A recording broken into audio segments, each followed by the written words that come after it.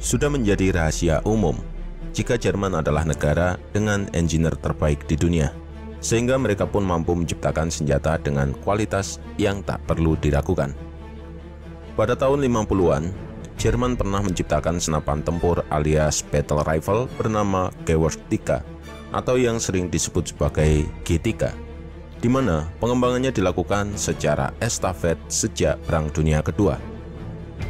Di wilayah ASEAN sendiri, terdapat nama seperti Myanmar, Brunei, hingga Filipina yang telah menggunakan G3.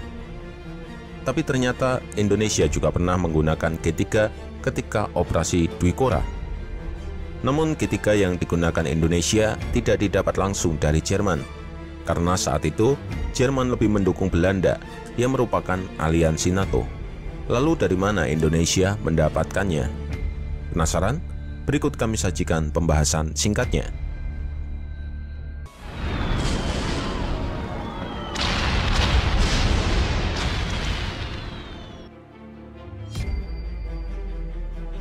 Di masa era Perang Dingin sekitar tahun 50-an, pemerintah Jerman Barat merencanakan untuk mempunyai senapan sendiri dengan menggunakan amunisi kaliber 7,62 mm NATO. Pada saat itu, ada 3 prototipe sebagai kandidat yang diajukan. Salah satunya adalah HK-G3. Uniknya, selain ditangani oleh Mauser, proyek pengembangan senapan ini ternyata juga ditangani oleh 2 perusahaan lain, yaitu Segme Spanyol dan juga HK. Tapi bagaimana ceritanya?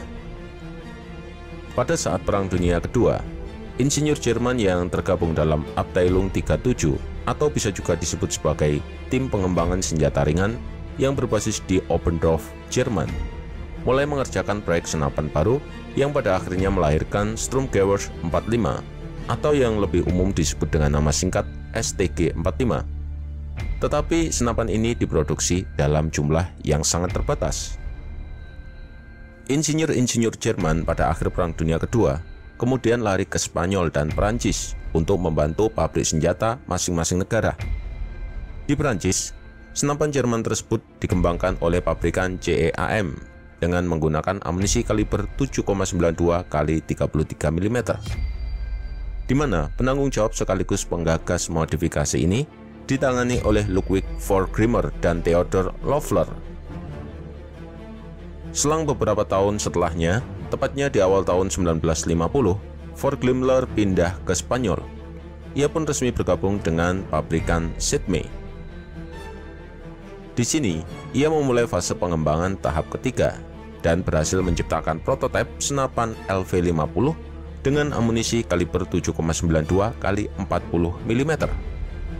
LV50 lantas masuk ke tahap produksi dan resmi berganti nama menjadi Modelo 2. Nah, pada periode ini, kehadiran Modelo 2 mulai menarik perhatian pasukan perbatasan Jerman Barat.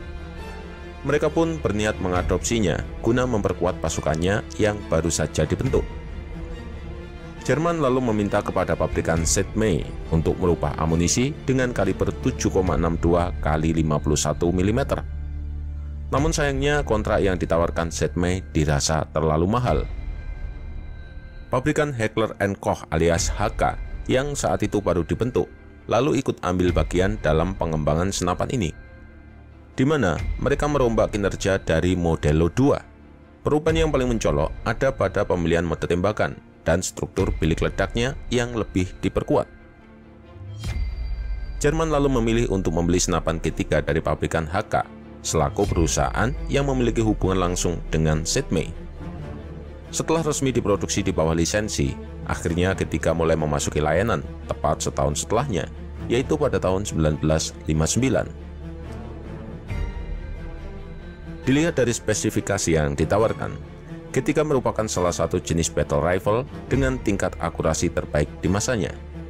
Namun ia memiliki bobot yang lumayan berat, yaitu 4,38 kg.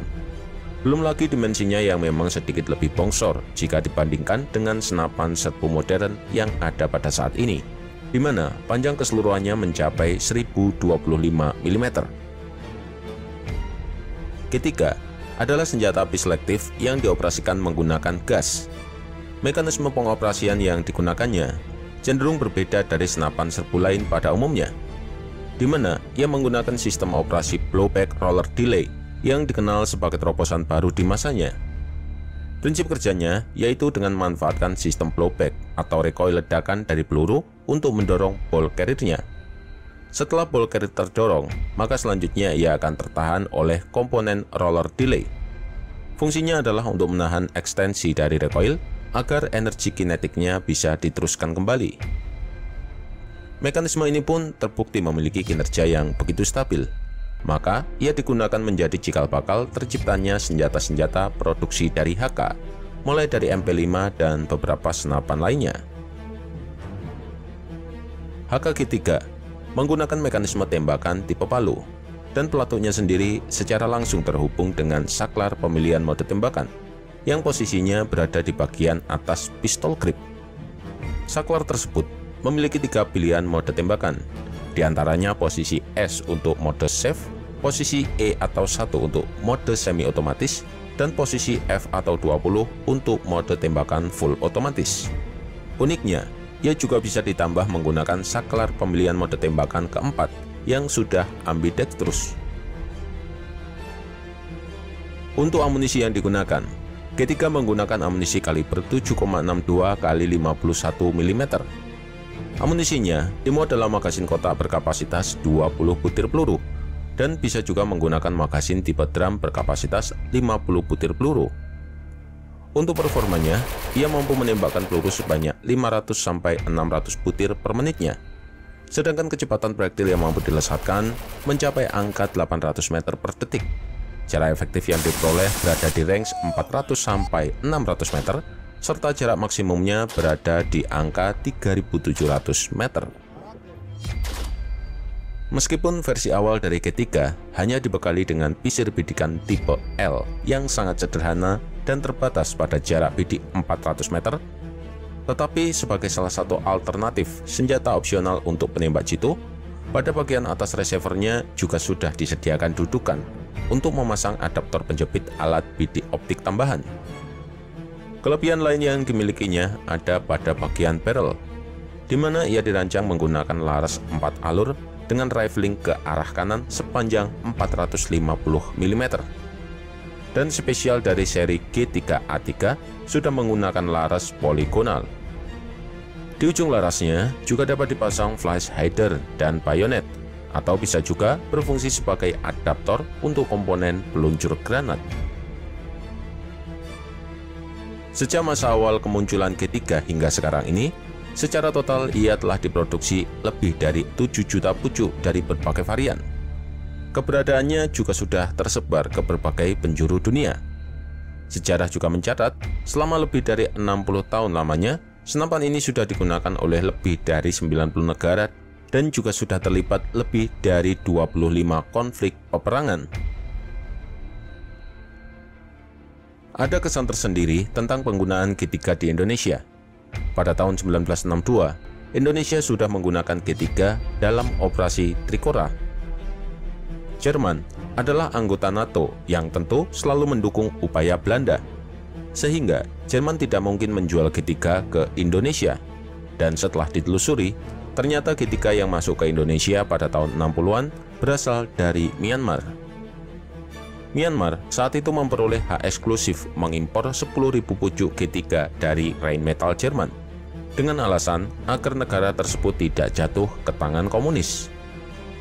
Nah, pada periode tersebut, antara Indonesia dan Myanmar ternyata menjalin kerjasama yang erat, termasuk secara ideologi yang cenderung ke arah kiri.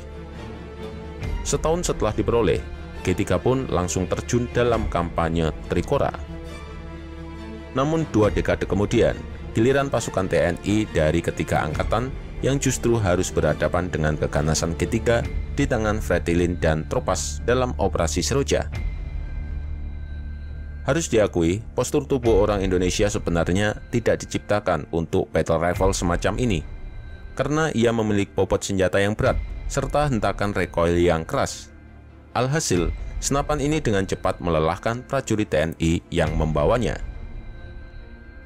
Nah, itulah tadi sedikit pembahasan singkat mengenai senapan legendaris yang berasal dari Jerman. Terima kasih bagi kalian yang sudah menonton video ini hingga akhir. Sampai jumpa di video kami selanjutnya. Salam M2 Rifle.